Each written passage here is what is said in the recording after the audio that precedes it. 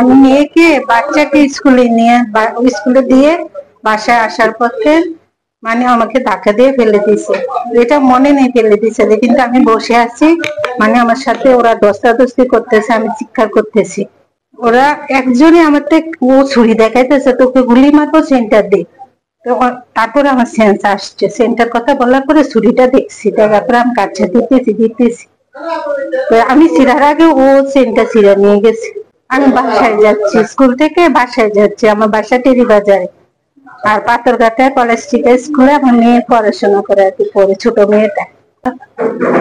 ফুটেজে তো দেখলাম দুইজন আমাকে ছুরি দেখাইছে, কিন্তু দুইজনের হাতেই ছুরি ছিল ফুটেজের মধ্যে দেখলাম, কিন্তু আমি দেখেছি একটা ছুরি।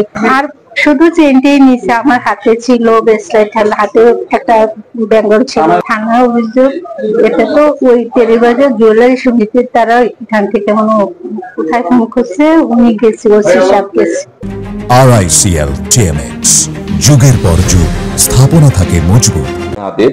ওনার বয়স 42, উনি সকালবেলায় হাঁটছিলেন, ওই সময় একটা ছিনতাইয়ের ঘটনা ঘটে, ওইটা সিসিটিভিতেও দেখা গেছে। পরবর্তীতে আমরা আমাদের বিভিন্ন আভিযানিক টিম এই যে ছিনতাইকারী যারা এই ঘটনা ঘটিয়েছে তাদেরকে আমরা শনাক্ত করতে সক্ষম হই এবং তাদেরকে আমরা গ্রেপ্তার করতে সক্ষম হই।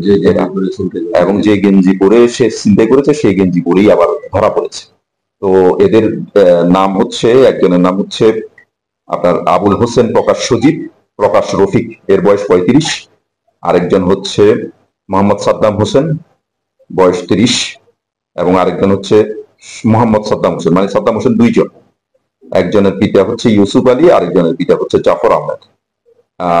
একজনের বাড়ি মধ্যনগর, বর্তমানে তক্তারফুল সালি আহমদ কলোনির ভাড়াটিয়া, বাকলিয়া, চট্টগ্রাম।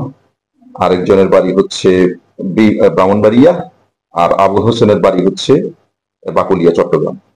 এই তিনজনকে আমরা গ্রেপ্তার করতে সক্ষম হই এবং তারা যে ছোরা ব্যবহার করে এই ছিনতাই করেছে এবং যে গাড়িটা ব্যবহার করে ছিনতাই করেছে, এইগুলো আমরা উদ্ধার করতে সমর্থ।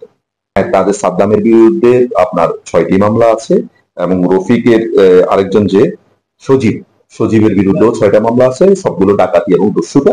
এবং যেহেতু আমরা অ্যারেস্ট করেছি, এখন বাকি স্বর্ণ উদ্ধারের অভিযানও আমরা পেয়ে সেটাই আমরা মাত্র তো ধরলাম না। এখন যেহেতু এটা একটা ঘটনা আপনারা দেখেছেন যে এটা আলোচিত হয়েছে, সেই জন্য আমরা আপনাদের সাথে তাদের মানে এখনই গ্রেপ্তার বিষয়টা আমরা জানার ব্যাপারে আমরা খুবই চিন্তা করছি যে এটা জানানো উচিত।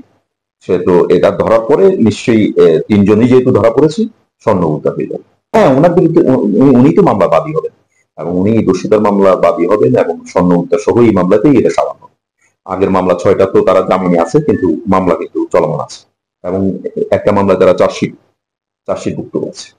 এটাকে প্রাথমিকভাবে সিসিটিভি ফুটেজে যতটুকু দেখা গেছে 3 জন এবং একজন হচ্ছে এখানে ড্রাইভার, অটো ড্রাইভার আছে, সে সহ 3 জন। ফলে এখনো পর্যন্ত এই 3 জনকে আমরা পেয়েছি। তদন্তে যদি আরো নাম আসে তাহলে তাদের আমরা আইন ছিনতাইকারী, এগুলো তো পেশাদার ছিনতাইকারী, এগুলো রাজনীতি ছত্রছায়া এগুলো থাকে না। এগুলো আপনারা জানেন, এদের ব্যাকগ্রাউন্ড হচ্ছে এরা সাধারণত কত শিশু থেকে এইভাবে বড় হয়েছে, এইভাবেই তারা এইসব অপরাধ করে এবং জামিন পায়, আবার করে, এই ধরনের বিষয় আছে। এগুলোতে এই সমস্ত বয়সী লোকজনের বিভিন্ন গ্রুপ থাকে, সেই চক্র, এবং অবশ্যই তাদের আরো গডফাদার থাকাটা অমূলক নয়। এবং জিজ্ঞাসাবাদ তাদের নামও আমরা বের করতে সমর্থন হব। জি, প্রাথমিক জিজ্ঞাসাবাদে তারা অবশ্যই স্বীকার করেছে এবং তারা যে পোশাকে ছিনতাই করেছে সেই পোশাকে কিন্তু আটক হয়েছে। ফলে প্রমাণ, সাক্ষ্য সাবুত সবকিছু কিন্তু ক্লিয়ার, এখানে কোনো কিছু ধোঁয়াশা নেই। একটা ছিনতাইকারীরা সাধারণত ছোরা ব্যবহার করে, তো ছোরা উদ্ধার হয়েছে এবং যে গাড়িতে করে, যেই অটোতে করে তারা পালিয়ে যাওয়ার বা ওই স্পটে এসছে, সেই গাড়ি সহ ড্রাইভার শনাক্ত হয়েছে।